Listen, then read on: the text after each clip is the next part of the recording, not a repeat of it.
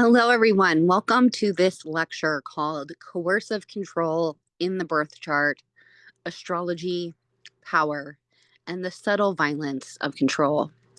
This is a topic that is very near and dear to me. I don't know many women who have not gone through coercive control to some degree. And I think even as Americans, it could be safe to say that our government is in a relationship right now with us with a lot of coercive control. So it's a really insidious form of abuse and it often goes overlooked. And so today, I hope to bring awareness to not only what coercive control is and how much it is a gateway to other physical forms of abuse. It could be argued that within itself, even though it is not physically, you're not hurting someone, you're not slapping somebody, you're not putting your hands on somebody. It actually is quite physically abusive in the sense that coercive control and many forms of narcissistic abuse actually are scientifically proven to cause brain damage. So I want people to be aware because it is the silent killer. And feel free to share this lecture with young people so they can stay in awareness because it can often sneak up on you. So let's dive in today and talk a little bit about what coercive control is. Coercive control is a form of psychological abuse so insidious that it often goes unnoticed until a person no longer recognizes their own voice. It's not about a single explosive incident, but rather a pattern of behaviors that isolate, diminish, and dominate. While it's most often discussed in the context of intimate partnerships, coercive control frequently occurs within families, workplaces, and friendships, often under the guise of love, support, or tradition. Coercive control is a persistent pattern of domination that seeks to strip someone of their autonomy. This can happen through emotional manipulation, isolation, financial control, or controlling someone's personal choices. Often, when there are no bruises, but the impact is no less violent, it fractures the identity of a person. It erodes their confidence. It leaves the person feeling like a shell of who they once were. It looks like someone controlling you and how you spend your money, how you dress, how you speak, how you socialize. It looks a lot like gaslighting, denying your reality and insisting theirs is the only truth. It looks like being told over and over again that you're overreacting, that you're dramatic or selfish for wanting something different. It's undermining autonomy under the guise of quote unquote help or using money, resources, and affection as leverage to enforce obedience. It's silencing your preferences, even in decisions that directly impact your body, your safety, your future, or the things that bring you joy. Coercive control in romantic relationships often begins subtly. A partner may start questioning your outfit choices under the guise of quote unquote protecting you, gradually shifting into dictating what you wear, who you see, or how you speak.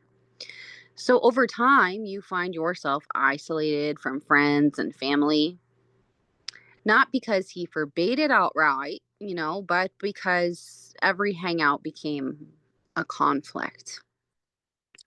Maybe they'd sulk for hours, pick a fight, or accuse you of not caring about the relationship. What happens is you start minimizing your needs to avoid conflict. You stop dressing how you like. You stop seeing people who uplift you. Eventually, you're alone in a room with someone who says that they love you, but you feel smaller. You feel at times frightened or you feel completely invisible. The long-term impact is not just emotional isolation, but also a profound loss of self. You begin to second guess your choices. You apologize for things that aren't your fault. And you stay in a state of nervous anticipation, trying to avoid the next emotional landmine.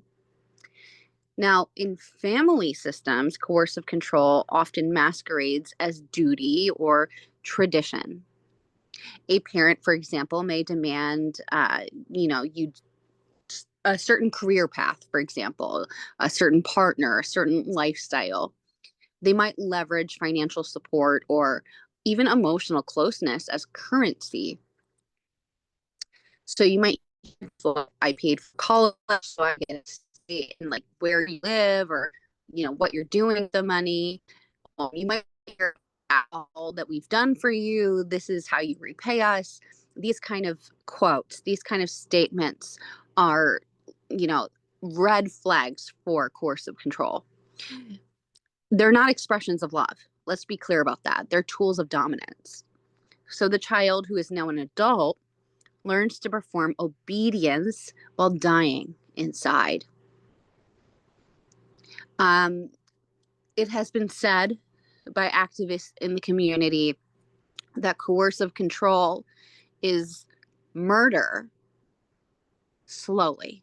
And I really want you to take that in. We're going to dive deeper into what that means in just a moment. But that's the nature of how deep coercive control is. As somebody who's lived through it, it personally has made me want to not be here anymore, made me want to not live my life, to end my life. So coercive control is slow murder. So even setting small boundaries with coercive, declining a visit,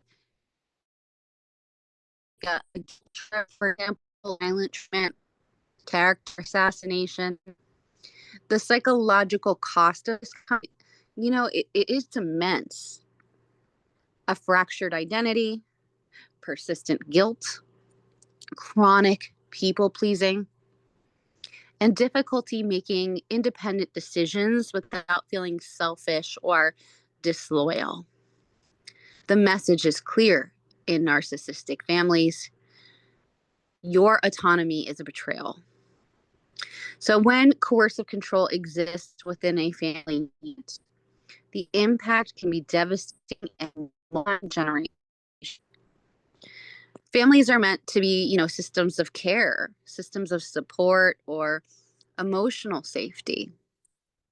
But coercive control subverts that. And it does so by establishing a hierarchy that is rooted in fear and dominance and manipulation. So in these environments, love becomes conditional. Autonomy is punished and individuality is suppressed. The result is often a fractured sense of self and lifelong struggles with boundaries, self-worth, and trust. Children raised in coercive, controlling families often grow up without a real stable sense of psychological safety. A controlling parent may, dictate the thoughts, the feelings, the relationships, the life choices, leaving little room for the child's authentic self to emerge. This is a developmental trauma. So this dynamic teaches children that compliance equals love and that their role is to manage the emotions or the egos of the adults around them. As adults, these children may struggle with people pleasing, indecisiveness, or a deep fear of abandonment. They often internalize the belief that their needs are either dangerous or unimportant. Siblings in such households may be triangulated, pitted against each other as a way to destabilize alliances and ensure loyalty to the controlling figure. This fractures, sibling relationships and it reinforces isolation, making it harder to build trust even within the family. If one child rebels or escapes, they might be scapegoated, while the others who conform become the quote unquote golden child or the enablers, reinforcing the abusive system. The controlled partner, whether it is a spouse, a parent, or a caregiver, the effects include erosion of the self esteem, anxiety, and in some cases, complete emotional collapse. When the controller uses finances or children or social connections to exert power, the partner may feel completely trapped. Leaving is often complicated by fear or financial dependence and isolation from support systems. So, emotionally, these families operate under a veil of secrecy, denial, and gaslighting. Speaking truth may be punished or erased, and children learn to question their own reality to maintain attachment. So, over time, the household dynamic may feel more like a cult than actually a family, built on control, built on illusion, and fear based loyalty. The intergenerational impact is real. Unless the cycle is broken, children from these environments may actually unconsciously replicate controlling dynamics in their own families or relationships, either by adopting coercive behaviors themselves or by attracting controlling partners. So, healing really requires not only leaving the abusive system, but also in unlearning its rules, reclaiming autonomy, rebuilding a coherent sense of self, and grieving the family that never provided safe love. Now, in religious or cultural environments, coercive control can be really embedded in the doctrine. A woman may be told that submission is her divine role, that questioning her husband is a sin, or that enduring emotional abuse is her spiritual test. So, if she seeks help, she may be told to pray harder, to forgive more, or to stay for the children. So here, control is spiritualized. It becomes a matter of salvation. The result is, spiritual trauma layered over emotional abuse. Victims often struggle with intense shame or confusion, and a sense that leaving is not just rebellion, but eternal damnation. Even years later, they may find it hard to trust their inner voice, fearing it leads to sin or selfishness or destruction. Economic control is one of the most common yet invisible forms of coercion. A partner may insist on being the sole breadwinner, then they may restrict access to shared accounts. You're given an allowance, but you must justify every purchase. You're discouraged from working under the pretense of care. I just want you to relax. Let me take care of you. But soon your entire life is dictated by what he allows or withholds. And this can make leaving feel impossible. People stay in abusive situations not because they don't want to leave, but because they've been financially disempowered. The ramifications go beyond money. The longer someone is denied financial agency, the more their confidence, their independence, and their sense of possibility erode. They may feel like they are being infantilized or ashamed or trapped in a life that they no longer recognize. These examples all reveal the same core truth. Coercive control is not about love, it's about power. And while it doesn't always leave visible bruises, it does leave deep internal scars.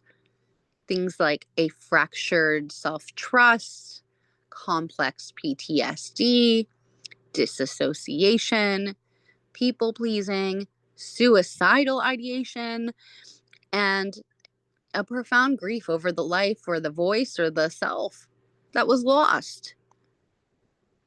So the effects ripple into every future relationship and every decision. But awareness is the first rupture in the pattern. And once seen clearly, coercive control can no longer disguise itself as love. So I'm going to share a personal experience. I want to talk about weddings, which are supposed to be a celebration of love, autonomy, and union. But for some, it becomes the very site of profound psychological betrayal. In one real life example, I was planning my wedding. My wedding preceded a series of years. I was really grieving the death of a very close friend who died in a drunk driving accident. This was a big event that transformed the lives not only of myself, but a lot of the people who were showing up at this event. So, wanting to provide safe transportation for guests, I made a simple, heartfelt request to rent a school bus, something that was very common in my hometown and joyfully nostalgic in my community. I had just visited a friend for her wedding in this same hometown, and they had a school bus that transported the people who were from out of town, from the venue that they were attending back to the hotel. And I thought, how wonderful, peace of mind, and a nice thing to do for people who are out of town guests who are traveling just to be at your wedding, right? We are all millennials here, Gen Zers, most likely. Money is pretty scarce for us. We don't have the opportunities of our elder generation. So people don't have the money to spend to go to these fancy events a lot of times. So it was a nice symbolic gesture for people who traveled out of town and used their hard-earned money to come support my event. But then my family agreed to help financially, but only under strict conditions. They took over every decision from flowers to decor to weaponizing their support to assert dominance. My grief was ignored. My preferences were dismissed. My love story was hijacked. And when I tried to assert myself, I was met with guilt, shame, manipulation, and gaslighting. We are just trying to help. You're being ungrateful. You're making a big deal out of nothing. The control was subtle, and it was framed as care. But the impact, that was a catastrophe. I began to unravel. I was unsure why I was having such bad physical symptoms. Every day I was waking up sick. And then I became suicidal. Diarrhea, nausea, panic attacks, and the haunting sense that something was deeply wrong with my family. My needs, my boundaries, my voice, they all collapsed under the weight of what looked like love. And when the relationship dissolved under this pressure, the family that had orchestrated the devastation took no responsibility. This is coercive control. It took me going to 3 separate therapists. When I explained the situation that I was in, all 3 said the same thing. This is abuse. This is coercive control. The first time, I didn't know if I believed that. So I asked a second one, and then a third one. Then I called a domestic abuse hotline, and they told me the exact same thing. It's not about one denied flower arrangement. It's about a cumulative effect of being told over and over and over again that your voice doesn't matter, that your safety is less important than someone else's comfort, that your grief, your intuition, your body, and your boundaries are all negotiable as long as the person violating them claims to quote unquote love you. Most of all, the thing that hurt the most deeply, it's been over a decade and there's been no apologies made. Narcissists, they don't care about your feelings. They don't care about the impact that they have on you. They will take everything good that they have ever done for you and use that as leverage of their love. You need to be careful of this. Your feelings matter. They should be the thing that matters the most. So let's talk a little bit about what are some things that you can see in a birth chart that might be indicators of coercive control. Now, again, if you have these aspects in your birth chart, that doesn't mean that you're necessarily going to have coercive control. Astrology can present itself in many different ways. Astrology can, it can be, when we talk about, like, for example, we're going to talk in just a moment about Venus-Pluto aspects. Venus is beauty. Pluto is the beast. So yes, coercive control can exist with Venus-Pluto aspects. It's not always going to be the case. Sometimes you'll see the other higher aspects of Pluto, like transformation, somebody who, completely finds beauty in the darkness and transforms something dark into something eloquent. You might find therapists, people who want to get to the root of an issue. Pluto is all about the underworld. And that's where we have free will, right? Like, we get to decide what we do with our chart. And the more that we do the work, the more that we evolve, the more likely we're going to fall into those higher octaves of a particular sign or aspect in a birth chart. We get to choose that. We get to choose that. Awareness is key, and that's why we're here today. So if you are dealing with somebody who has gone through coercive control, these are the things that I tend to see the most in my practice, and I just want to make you guys aware of them. So the goal today is not to diagnose, but just to talk about some of the patterns that I have seen. We'll start with Venus-Pluto aspects because that is the thing that I see the most often, the most obvious example. So in the birth chart, Venus-Pluto contexts reveal where love becomes a site of psychological intensity and power games. People with this aspect may have learned early on that affection comes with a price: obedience, submission, or silence. In families, this may look like financial support offered only if the child conforms to the parents' expectations. There is an undercurrent of quote unquote, I love you, but only if you do what I say. So those with Venus-Pluto aspects may become very hyper vigilant in relationships, subconsciously drawn to intense or controlling dynamics that mirror early experiences. Or they may unconsciously wield charm or vulnerability as a way to maintain control when they themselves feel powerless. In healing, this aspect demands reclaiming personal agency in relationships and untangling love from obligation.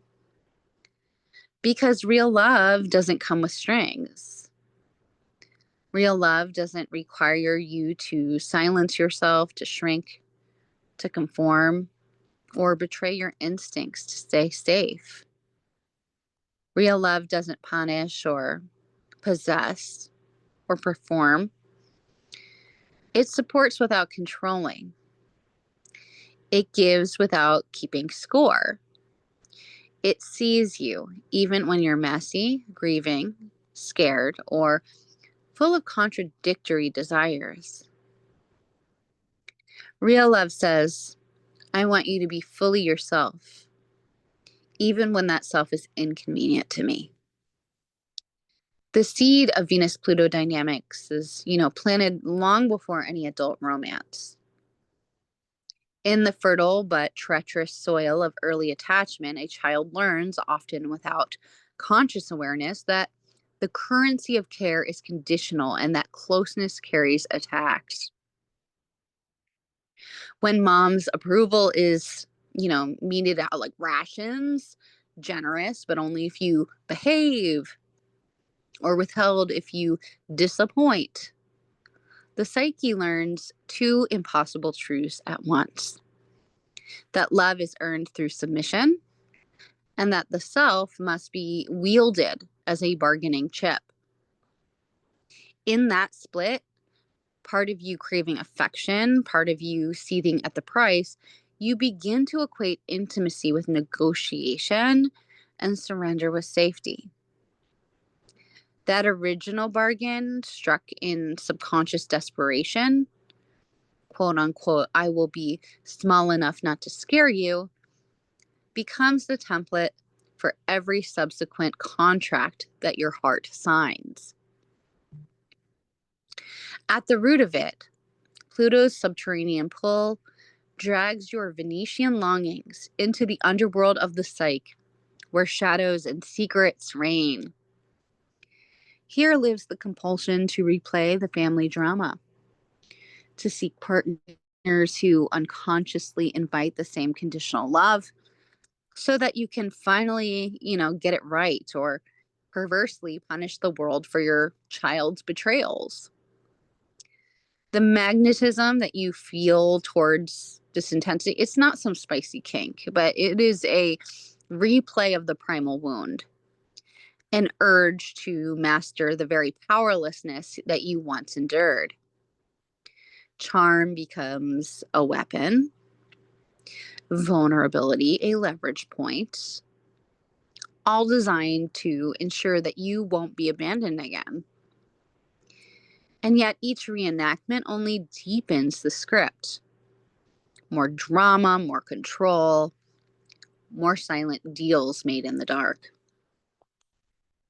Healing begins by excavating that subterranean contract and refusing its terms. You trace your way back to the moment when love first carried a hidden invoice, when obedience became a toll booth on the road to affection. You speak the unspoken price out loud. You only loved me if I was quiet, compliant, and small. And just watch how the old power exchange, it loses its charge. In its place, you cultivate new currency, unguarded authenticity, boundaries that say, I will not negotiate my worth, and relationships that pay dividends in respect rather than coercion. Only by dismantling the original deal can Venus breathe freely again, learning that real love celebrates the messy, the inconvenient, and the fiercely autonomous soul it once tried to leash.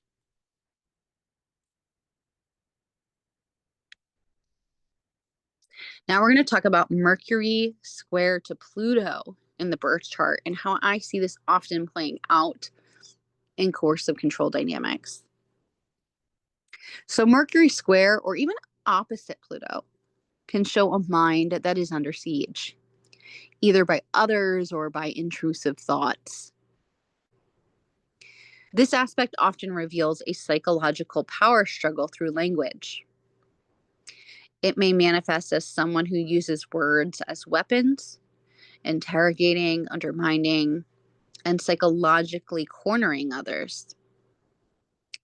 In families, this may look like a parent who always needs to be right, who rewrites reality through arguments so that the child doubts their own memory or perspective. In relationships, it shows up as intellectual gaslighting. You're too sensitive. That never happened. You're imagining things. And this mental erosion leads to self doubt, to paralysis, and the inability to make decisions without fear of retribution. So, healing this aspect means reclaiming the right to your own narrative and recognizing when quote unquote logic is being used as a tool of control. The mercurial undercurrent of a Mercury Pluto aspect is forged in childhood, where the words carried, weighty power or unbearable danger.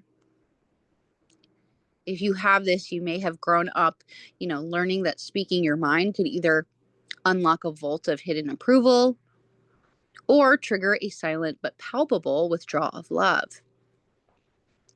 Perhaps questions were, curiosities were labeled as risky, or secrets were traded as currency. Tell me what you saw, and I'll tell you what I think. In that crucible, the young mind discovered that information was both a shield and a sword. That truth, that could wound. And that silence often felt safer than your own voice. The psyche internalizes this lesson. To speak is to gamble, to listen is to surrender, and to think freely is to flirt with the forbidden territory. At the root of Mercury Pluto lies the covert contract written in the whispers of ultimatums. Your thoughts, they will be supervised. Your words, they will be scrutinized. And any deviation from the prescribed reality will be punished. Sometimes through cold indifference, sometimes through overt intimidation or withdrawal of resources. So under that pressure, you learned mental vigilance if you have this, parsing hidden meanings into every casual remark, assembling secret codes to protect your true feelings, and wielding information like a precious artifact. That very vigilance became a double-edged sword, heightening your capacity for deep insights and unflinching analysis, while chaining you to the perpetual hunt for, hidden agendas and unspoken threats.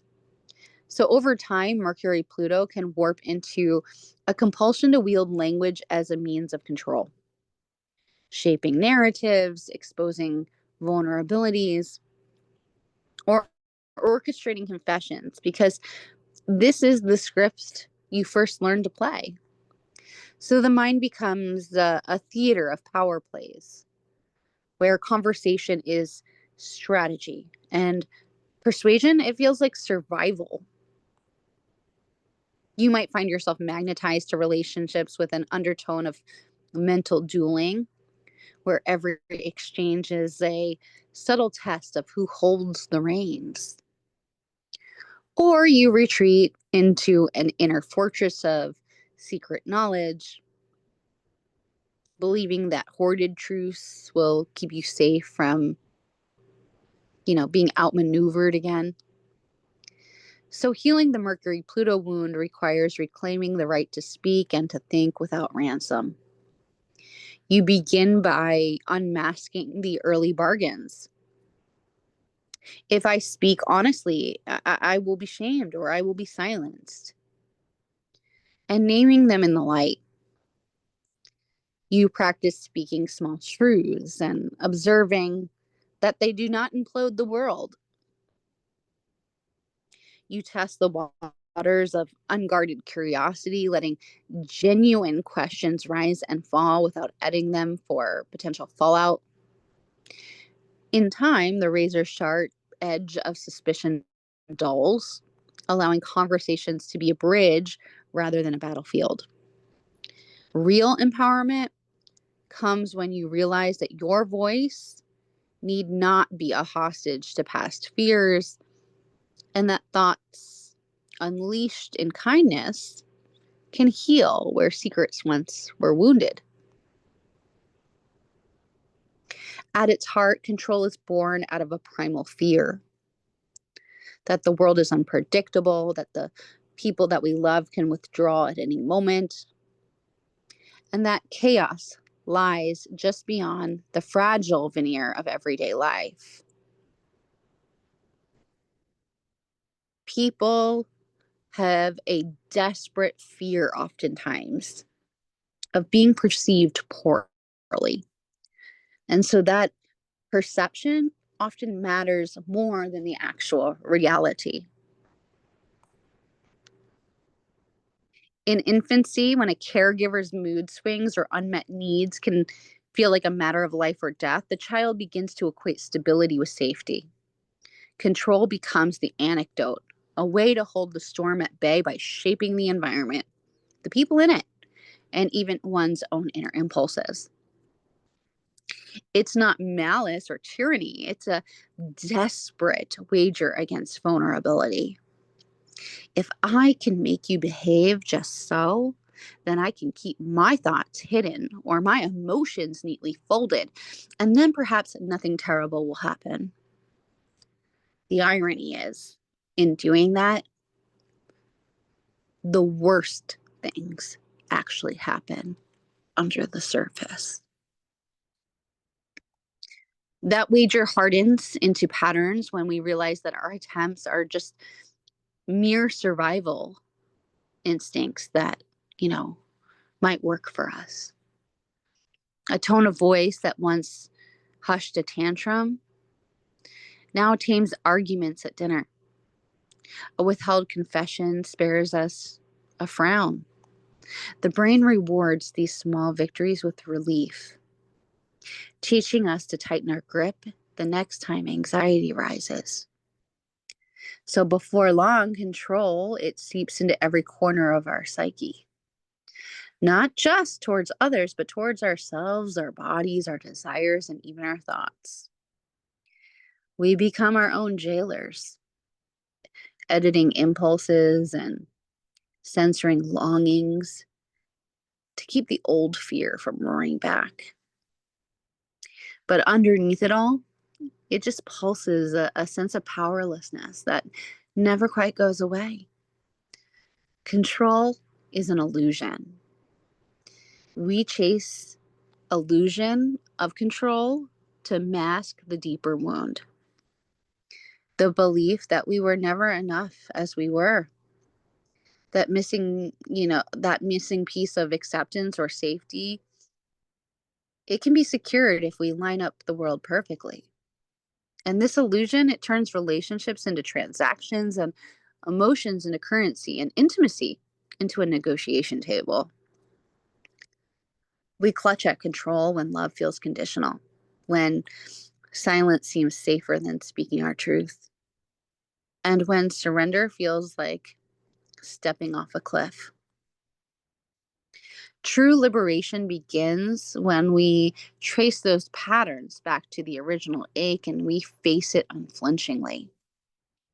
We learn that uncertainty is woven into life's fabric and that connection thrives not on contracts, but on curiosity, compassion, and mutual respect.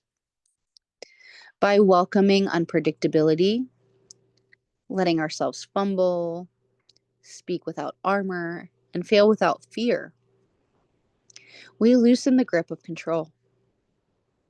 In that space of unguarded aliveness, we discover that real safety isn't the absence of chaos, but the presence of genuine, imperfect love.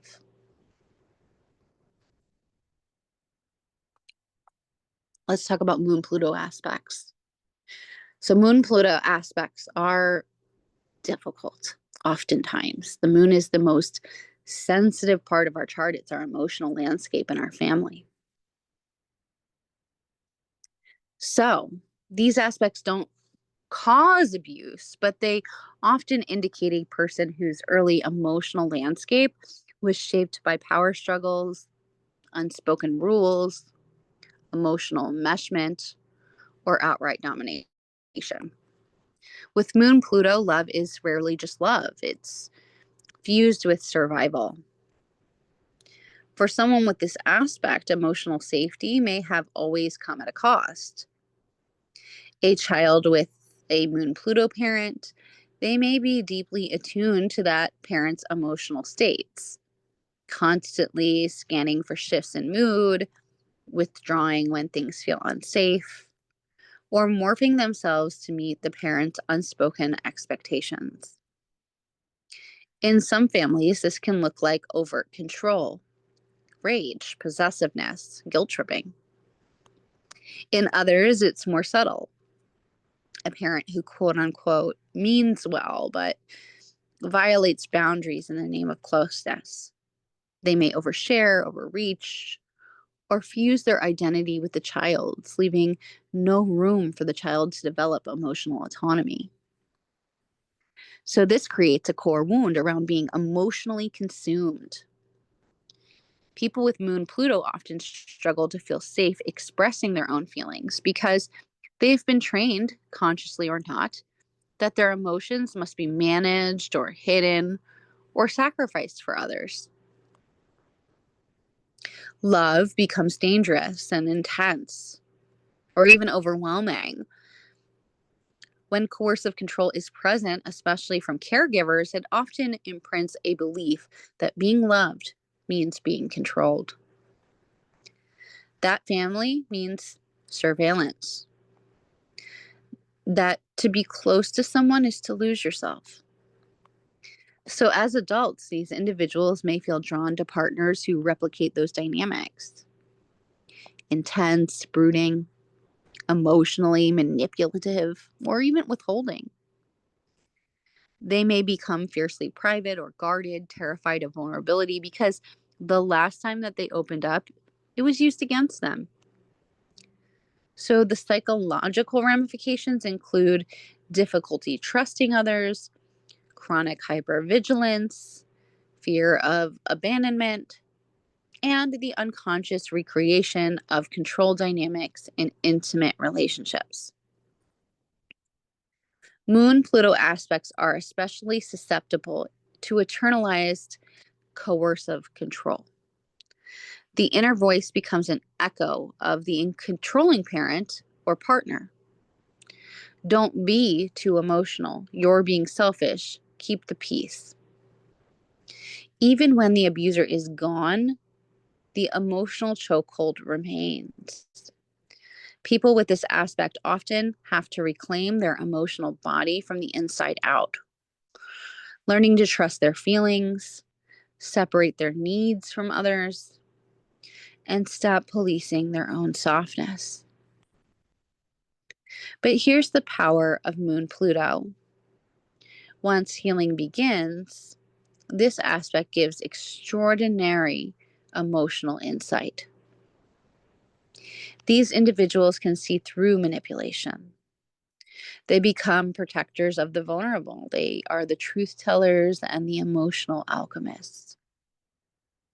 Their task is not to become invulnerable, but to realize that true strength is found in honoring their own emotional truth, no matter who tries to control it.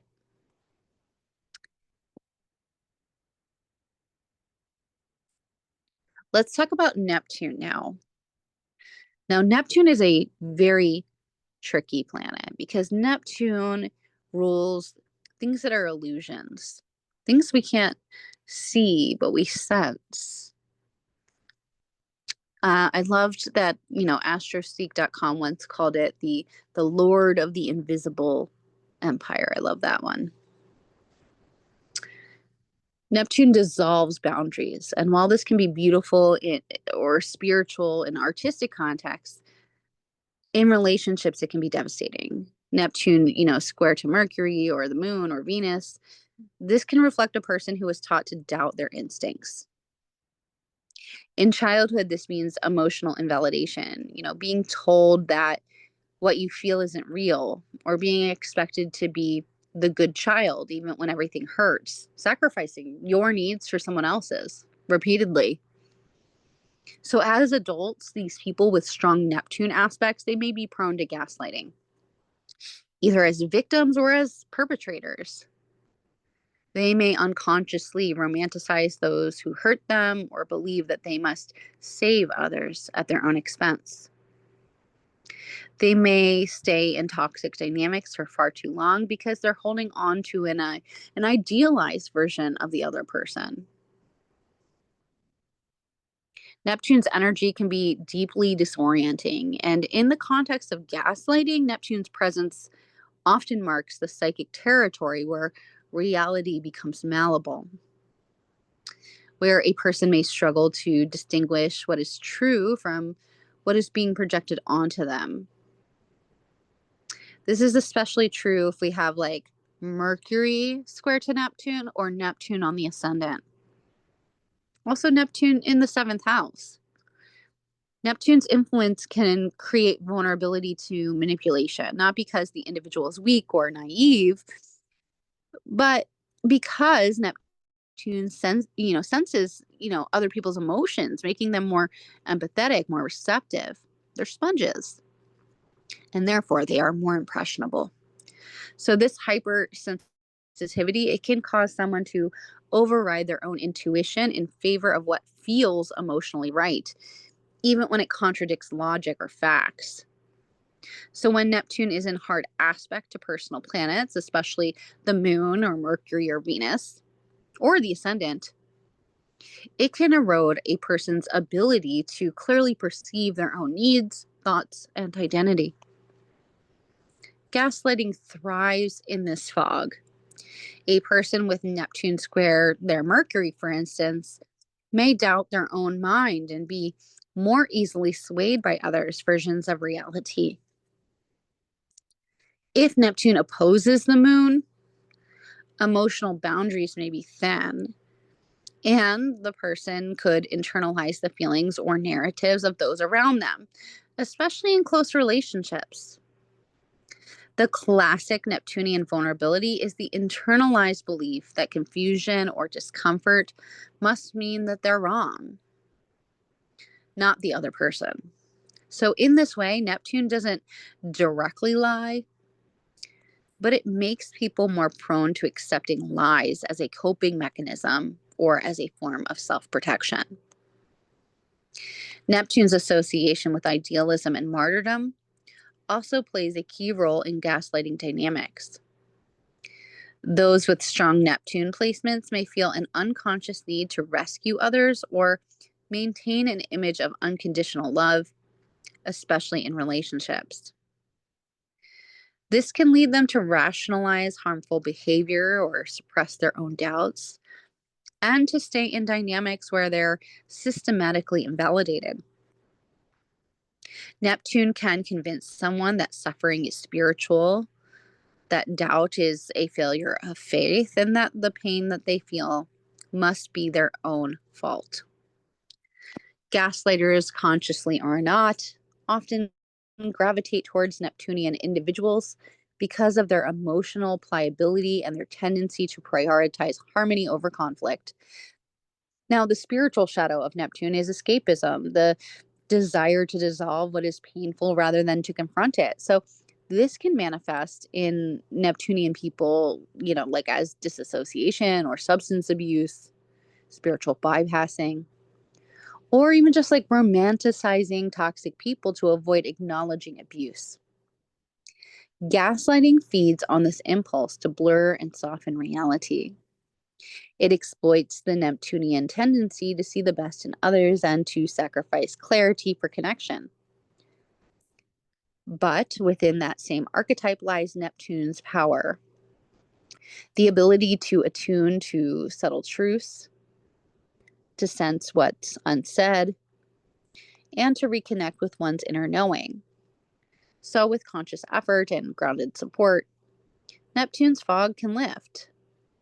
And what once seemed confusing can actually become the seed of spiritual discernment. Coercive control impacts not just the mind, but the body. Chronic anxiety, digestive issues, insomnia, panic attacks, and somatic flashbacks, they're common. When a person's autonomy is threatened, The nervous system responds as if it's under physical attack. You might feel like you're dying because, on a psychological level, part of you is. So the stress of, the wedding and the story that I told before became so intense that I literally could not manage my life. I had constant suicidal thoughts and I was having physical symptoms. I, I couldn't keep any food in my system. This wasn't an overreaction. It was the body's alarm system screaming, "You're not safe. You're not safe. You're not safe." And when families or partners gaslight in this response by saying you're like overreacting or being dramatic, it deepens the trauma. So you begin to distrust your own body, your own pain, and this is how control becomes internalized. I want to be clear. These experiences are narcissistic abuse. Let's call it what it is. The narcissistic family system does not tolerate individuality. You are seen as an extension of the family. It doesn't respect your autonomy or your interests. It doesn't respect your boundaries. It demands loyalty at the cost of selfhood. And when you assert your needs, you're painted as the problem. Narcissistic abuse is a hallmark of coercive control. It is the hidden scaffolding behind so many traditional dynamics that are romanticized in our culture. Think of the husband who insists on being the sole provider, but uses that role to dominate every household decision. Think of the wife that is expected to perform a specific kind of femininity or gratitude or emotional labor in exchange for survival. Think of the parent who gives money but expects obedience. Control wrapped in caretaking. Obligation disguised as affection. This is not love. This is domination. Coercive control has a profound long-term effect that can alter a person's psychological, emotional, and physical well-being for years, even after they've left the abusive situation. Unlike more overt forms of abuse, coercive control operates through the pattern of domination, often without physical violence, using tactics like isolation, gaslighting, surveillance, humiliation, or emotional manipulation. So, over time, the systematic erosion of autonomy and identity can lead to deep rooted trauma responses. So, psychologically, survivors of coercive control often experience chronic anxiety and hypervigilance. They may live in a constant state of alertness, scanning for signs of danger or disapproval. Depression and even suicidal thoughts are common, especially when a survivor has been cut off from support systems that or made to feel worthless or powerless, unequal, in family units, for example, where we have like a golden child, a problem child, a scapegoat situation. Let's be clear. These are the foundations for suicide. So the physical toll is real, it's persistent. Prolonged stress can lead to sleep disturbances, chronic fatigue, somatic symptoms like headaches or gastrointestinal issues, unexplained body pain. Some survivors can even develop autoimmune disorders. As the dysregulation of the nervous system, it eventually takes a toll on the immune response. So the body, in effect, internalizes the trauma and may remain in a state of flight, fight, freeze, long after the coercive environment has ended. Behaviorally, many survivors carry patterns of social withdrawal or people pleasing. Having learned that asserting themselves could provoke punishment or ridicule, they may suppress their needs, avoid confrontation, or over accommodate others to maintain safety. So decision making becomes fraught, often accompanied by fear of making the wrong choice, especially if they were constantly second guessed or punished for independent thinking. These patterns can make it difficult to form healthy relationships afterwards, and they can leave survivors vulnerable to future manipulation or abuse if they haven't had the chance to fully rebuild their sense of agency.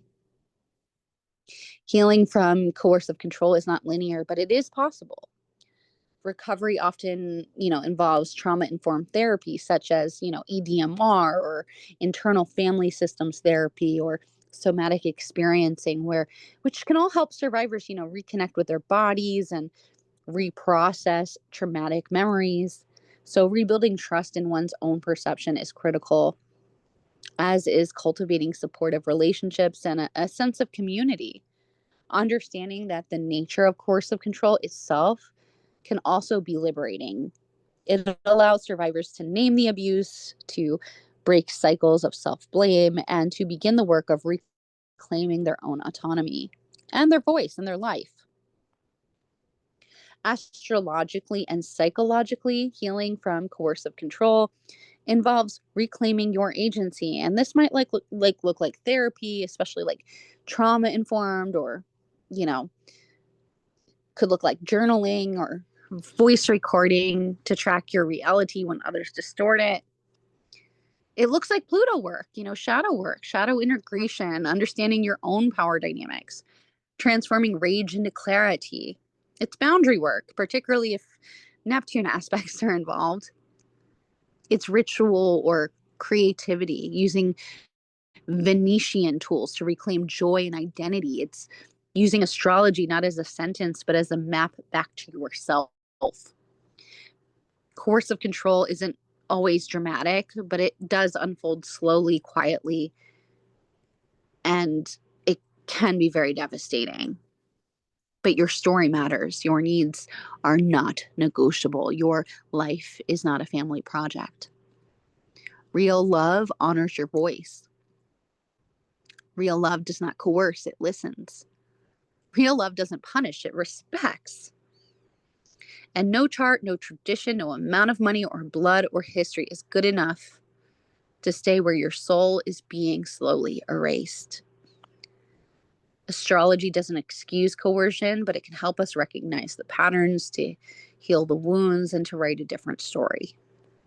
One where love is mutual and not transactional. One where your voice is not only heard, but sacred. Coercive control is about eroding the self. Over time, your reality is overwritten by others. But it doesn't have to be. You can break a trauma bond. That's what this is, a trauma bond. A cycle of abuse where intermittent reinforcement creates psychological dependence on the very person that is hurting you. This bond is not love, it's survival wiring. Your brain is trying to resolve the threat of appeasing the source of it. So knowing this allows you to forgive yourself for staying, for rationalizing, for longing. It's chemical. Cortisol and oxytocin are literally in conflict in your nervous system when you have this going on. You are not broken. You are adaptively surviving a confusing environment. To begin dismantling this bond, you may want to use some pattern recognition. You could write down the cycle, what triggers the conflict, how they manipulate or blame, when the makeup phase occurs, and how you feel after. Seeing the cycle laid out clearly helps break the illusion that each incident is a one-off, because it's not. It's a script. And the more that you see the script, the less you'll internalize it. You'll also want to work on strengthening your executive functioning, which is often weakened by coercive control. So long-term stress and gaslighting, it can shrink your window of tolerance, making it harder to think clearly, to plan, to make decisions. This is not a moral failure. It's neurochemical. So practices like polyvagal exercises, they can be very helpful for attuning back into our nervous system, having control over the physical body. And finally, let's talk about counter control. Many survivors feel shame about the small, subtle ways that they tried to gain power, whether through people pleasing or lying to avoid conflict or freezing to stay safe. These were adaptive strategies, not failures. You were resisting the ways that were available to you. Now, the next stage of resistance is reclaiming authorship over your mind. That means practicing self validation, even when your inner voice has been trained to defer or collapse. You may start with small affirmations like, it's okay to want something different, or I don't owe anybody access to my feelings. Coercive control is a psychological war of attribution. Your task is not to win over the abuser or to prove your innocence. It's to reclaim your internal narrative and to restore agency one thought at a time. You're not being dramatic. You're not embellishing things. You are recovering from psychological captivity, and that's real. And I want you to know there is a way forward. I've added some resources here if anybody wants to screenshot them. And if this resonated with you and you want to support my work, you can book a reading at this website, or you can join me on Astro School, where I have thousands of hours of learning material on astrology, human design, and healing. And finally, find me on Instagram at the Zine Witch. Thank you so much for your time today in this very important conversation. I hope you were able to learn something today to help you, someone you love in your life. And I will be back soon with a new video. Everyone, take care. God bless.